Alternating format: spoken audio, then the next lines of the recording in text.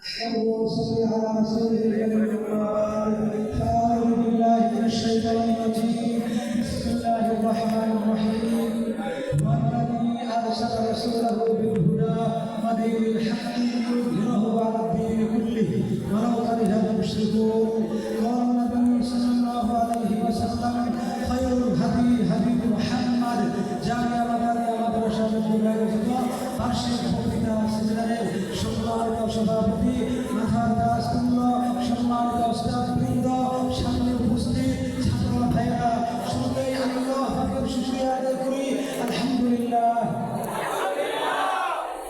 পবিত্র কোরআনে আল্লাহ পাক ইরশাদ করেছেন ওয়াল্লাযী আরসালা রাসূলাহু বিল-হুদা ওয়া দীনিল হক লিইয়ুযহিরাহু আলা দ্দীনি কুল্লিহি ওয়ালাউ কারিহাল মুশরিকুন। আল্লাহ পাক তার নবীকে রাসূলকে দুনিয়াতে দ্বীন ইসলাম দিয়ে কোরআন দিয়ে এজন্যই পাঠিয়েছেন যেন তিনি ইসলাম ধর্মকে অন্য সকল ধর্মের উপর বিজয়ী করতে পারেন। এই আয়াত থেকে বোঝা যায় রাসূল দুনিয়াতে এসেছিলেন ইসলামকে বিজয়ী করবার জন্য, খেলাফত প্রতিষ্ঠা করার জন্য। আমার আলোচনার বিষয় খেলাফতের গুরুত্ব। খেলাফত প্রতিষ্ঠা করার অর্থ হলো আল্লাহ পাকের জমিনে, আল্লাহ পাকের আইনের বাইরে মানুষের তৈরি করা কোনো আইন, কোনো নীতিমালা, কোনো কিছুই চলতে দেওয়া হবে না।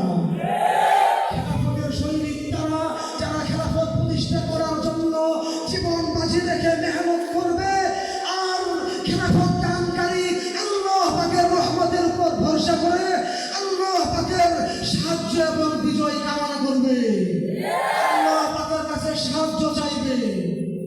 খেলাফত যদি কোনো দেশে প্রতিষ্ঠা হয়, খেলাফতের দেশে কাদিয়ানি ফিতনা, সাদিয়ানি ফিতনা, ইবলিসি ফিতনা, দাজ্জালি ফিতনা, ইসকনের ফিতনা, সমকামিতার ফিতনা, প্রতারণার ফিতনা, আউল ফাউল নামক ভণ্ডদের ফিতনা, গণতন্ত্র, সমাজতন্ত্র, রাজতন্ত্রের ফিতনা, মুসলমানের ঈমান এবং ইসলামকে ধ্বংস করার যত ফিতনা হতে পারে সমস্ত ফিতনার খেলাফতের দেশে কবর রচনা করা সম্ভব হবে।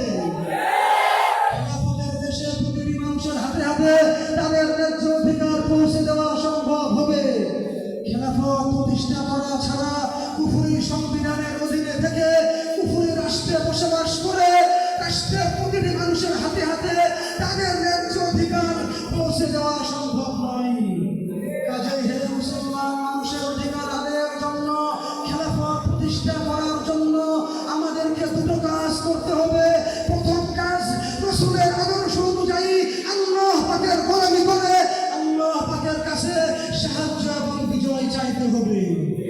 দ্বিতীয় কাজ, মানুষকে আল্লাহ পাকের গোলামি করার পথে, জিহাদের পথে ফিরে আসবার জন্য দাওয়াত দিতে হবে। যদি আমরা এই দুই কাজের মাধ্যমে আল্লাহ পাকের সন্তুষ্টি অর্জন করতে পারি, তাহলে আমি আল্লাহ পাকের কুদরতের উপর ভরসা করে বলতে পারি আগামীর বাংলাদেশ হবে, আগামীর বিশ্ব হবে খেলাফতের বিশ্ব, ইসলামের বিশ্ব। সর্বশেষ